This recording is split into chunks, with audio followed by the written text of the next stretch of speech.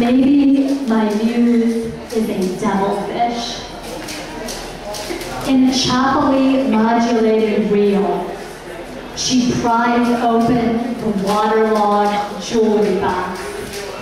She lifts out the skull, gleaming with garnet slime, strokes the trepan follicles, inserts the beehive springs, coiled metal hair stings.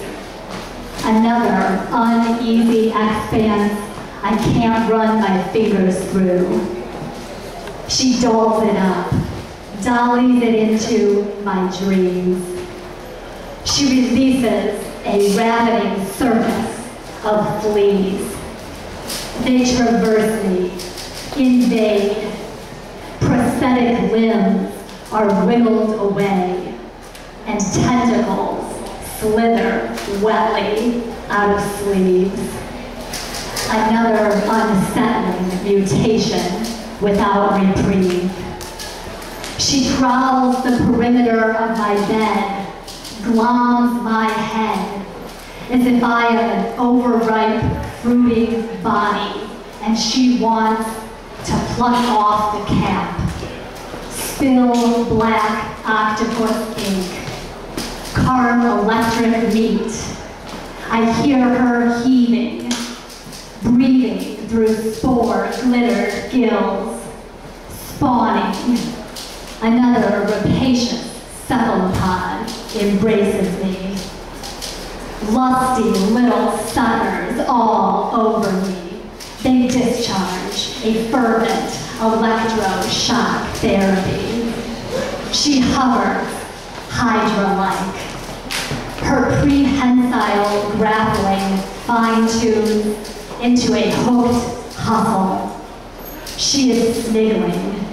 She suddenly seizes an eel and chops it into modular pieces as I reel.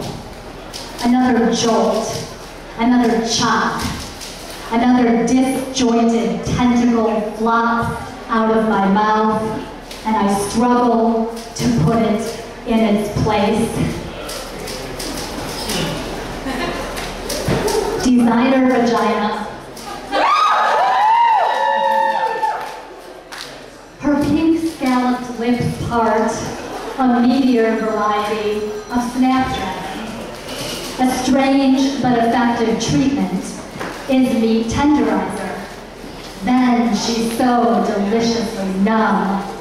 It's like tying phantom limbs to 4 horses and performing surgery. As an audience applauds those delicately trembling lobes. What is this? A pie-eating contest for anorexics? Shouts one overzealous clapper from the crowd. Get in there, giddy up. And they tear in, one furiously working between the legs, one serving point on the lobotomy. She's a real mess, but soon every remnant will be sweet pedophores. Cloying meat must be leached, then cloistered. After the bee sting effect is achieved, her angry hornet nest must be sewn shut. It's all about pleasing pink squiggles and tiny, flightless wings.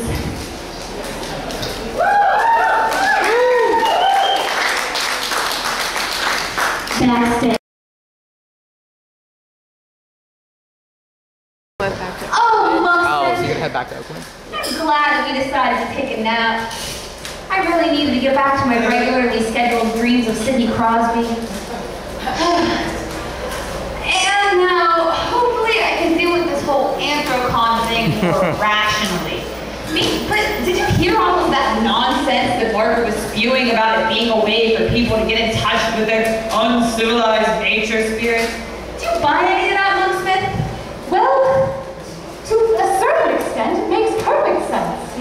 I mean, for example, in ancient times, or even as late as the Renaissance, in certain parts of the world, it was common practice for both males and females alike to spend time alone in the wilderness without the tools of civilization there to assist them.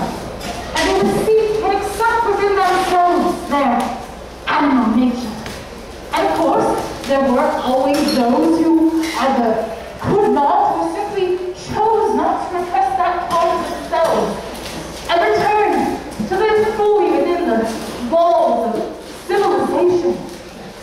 Now, of course, there are still remnants of this human desire found in our popular culture today. For example, in the figure of the werewolf, or even the vampire, who exists outside of cultural norms and maybe come about at whim. Oh, Monksmith, how did you become so wise? Oh, Crystal, there are certain things that you do not yet consciously know about me. Your subconscious has been trying to tell you, but you have repressed it time and time again. It is time for you to accept it, my darling. I, too, like many furries, have crossed that fence from the civilized realm into that of the animal. I crossed too many times, in fact, and that's how I became stuck in the body of a toy monkey in Sidney Crosby's trap. Wow, that's amazing. Yep. Are you saying that Sidney Crosby is a werewolf? Crystal, you are supposed to be asking me how I became a monkey, transformed into a human, and then back to a child's plaything sewn by human hands to resemble a monkey. Isn't that just slightly more interesting than Sidney Crosby, Crystal? Equally. It is at least equally as interesting. I'll take it. Alright, so, I was a monkey who had always wanted to be human. Ooh. Like King Louie in the Jungle Book? Oh, okay, fine, yes. Like King Louie in the Jungle Book. Gotcha. And I met a man who told me that he could help me in my transformation, but that it would come at a cost. And that was Sidney Crosby. No, it was not Sidney Crosby. So are you saying Sidney Crosby is not a wizard? No, to my knowledge, Sidney Crosby is not a wizard. But I did meet a man, a wise and gray-bearded, a young, small, hard-bodied, extraordinarily attractive man. Following. Thank you. He said that he could turn me into a human for 7 years. But in that time, I would need to learn to create and accept for myself human happiness. Well, you did the right thing going to Sidney Crosby. I can tell you that. He knows all about human happiness. Crystal!